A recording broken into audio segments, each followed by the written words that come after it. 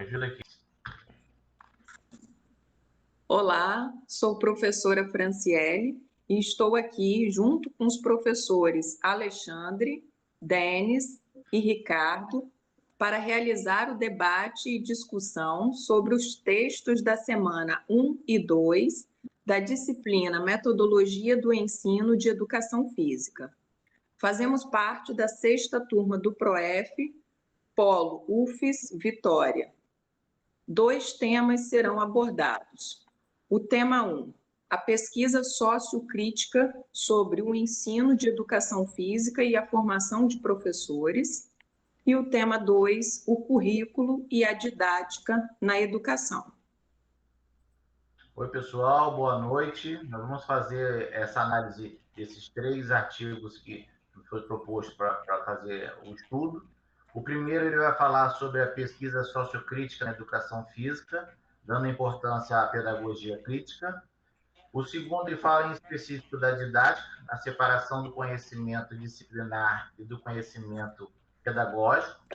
E o terceiro fala sobre a diversidade sociocultural na busca de uma escola socialmente justa. Eu queria saber a opinião de vocês, da realidade escolar de vocês, do que vocês pensam sobre o assunto. Alexandre, boa noite. Alexandre, Denis e Franciele. Eu fiz a leitura também dos artigos que estavam lá propostos. Achei interessante. E assim, trazendo um paralelo, para a minha realidade, eu posso falar sim da forma que eu trabalho.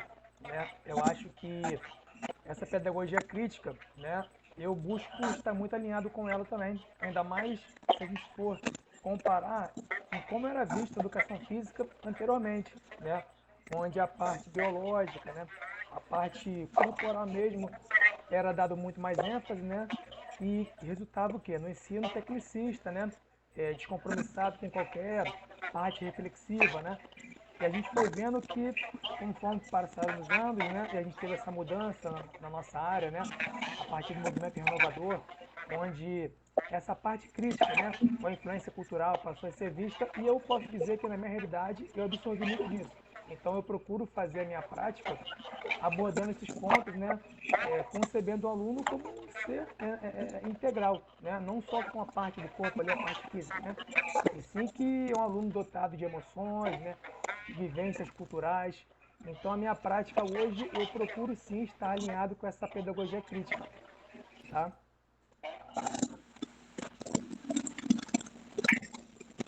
E você, Denis?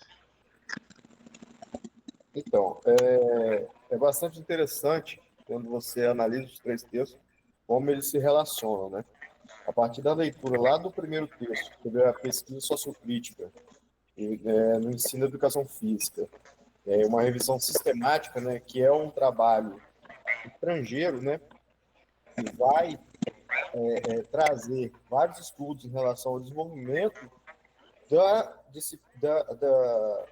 pedagogia crítica, a fomentação da pedagogia crítica no ensino, e ele vai trazer isso lá da década de 70, em países de língua inglesa, principalmente, então vai trazer bastante texto de países de origem inglesa, e como isso começou na Europa e veio chegar no Brasil exatamente também, no período de renovação da educação física, a partir da década de 80, Então, a partir daí, os textos também vão se encaixando, como, por exemplo, a questão da didática, que é o segundo texto, se eu não me engano. Sim. Que é o segundo texto, da didática, formação de professores, como as formações iniciais ainda entravam em desacordo com essas metodologias críticas e ainda formavam professores através dessa dicotomia, separando a parte pedagógica da parte da disciplina, a parte didática e a parte disciplinar, formando professores que trabalhavam de forma separada, Então, tudo isso veio trazendo a nossa realidade, ao que somos como professores, porque a nossa formação inicial foi feita ainda sob essa perspectiva, A gente ainda, pelo menos da minha parte, que me formei em 2009, as pedagogias críticas ainda não estavam tão maduras como a gente vê hoje, o discurso já um pouco mais mais forte, um pouco mais desenvolvido. Ainda era algo que não digo que estava engatinhando, né? Porque no Brasil ela fortaleceu muito na década de 90, mas ainda faltava força ainda para esse discurso, né? Então, interferiu na minha formação também como professor. Né? Muito bom. Fran, e você? Então, complementando aí a fala do Ricardo, né? A gente vê que a prática docente, ela é muitas vezes reprodutivista, né? E aí a gente teve aí um modelo formativo que priorizava conteúdos mais técnicos, né? Voltados aí para o rendimento físico, né? Esportivo. E aí a gente vai vendo aí, acompanhando aí os avanços e a gente vai percebendo que agora com a BNCC, né? Ela passa a reconhecer a cultura corporal, né, como um eixo central de ensino, e aí busca romper, né, com essa prática aí tradicional, né, e às vezes também os professores têm que se reinventar ali, né, nos espaços que eles têm ali para trabalhar. E é isso, eu também me formei em 2009, assim como o Denis, e a gente vem acompanhando aí todo esse processo aí né, da didática, né, e tudo mais. Somos 3, tá? Também me formei em 2009. Eu aqui acho que eu sou o mais velho, me formei em 2006. Pouca coisa. Se já estava difícil na época de vocês, imagina na minha.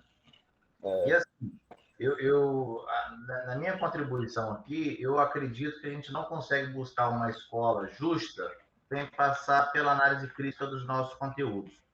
E uma coisa que me marcou muito foi no texto 2, da formação de professores, que ele fala sobre o conhecimento disciplinar e o conhecimento pedagógico.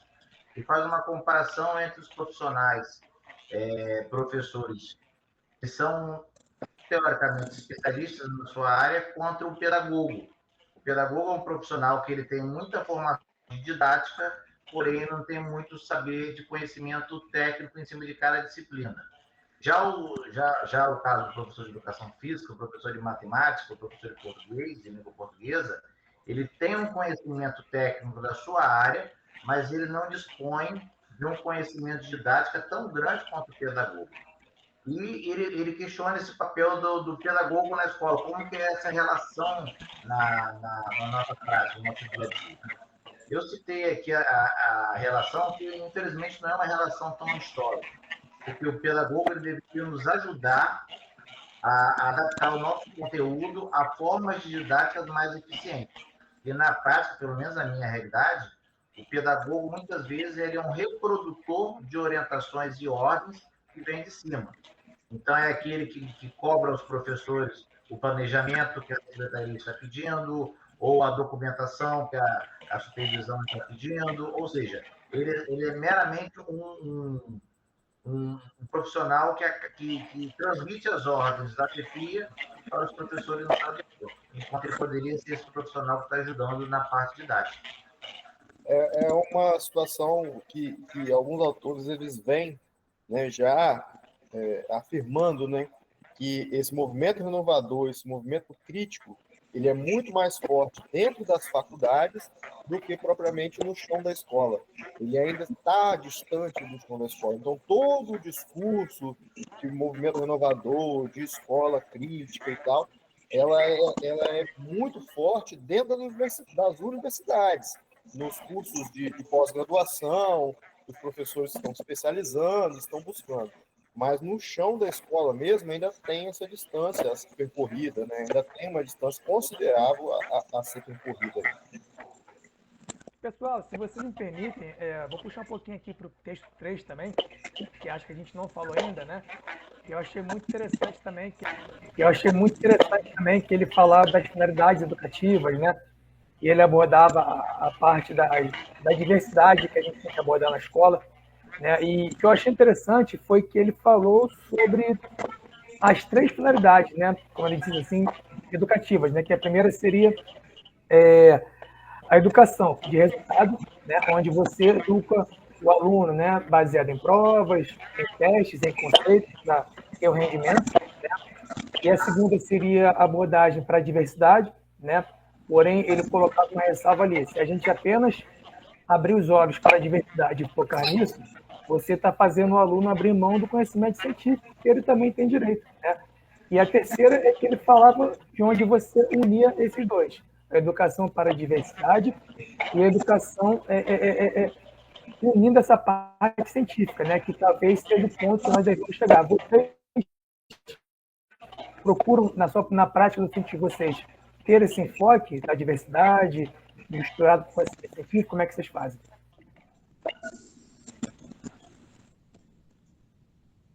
Denis, pode falar sobre isso?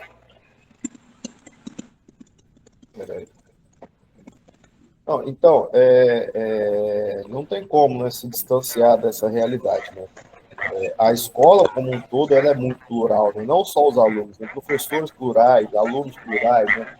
Realidade plural. Né? A escola ela é um organismo vivo e cada um que está ali dentro ele tem a sua cultura, a sua realidade, que vai levar para a escola, né? E vai se relacionar com outras culturas e com outras realidades. Né? Então, isso tem que ser levado em conta, não tem como distanciar isso. Né? Se você acaba por negligenciar isso, você vai estar caminhando para um ensino defasado, um ensino de má qualidade. Né? Certo.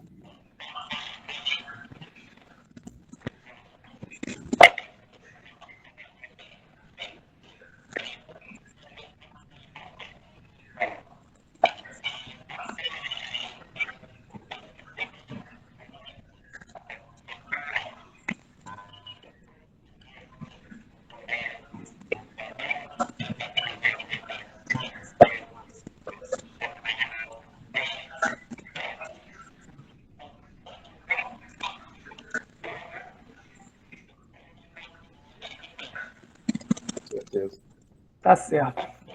Bom, pessoal, a gente está aqui com quase 13 minutos de gravação. Alguém mais quer fazer alguma contribuição sobre os textos?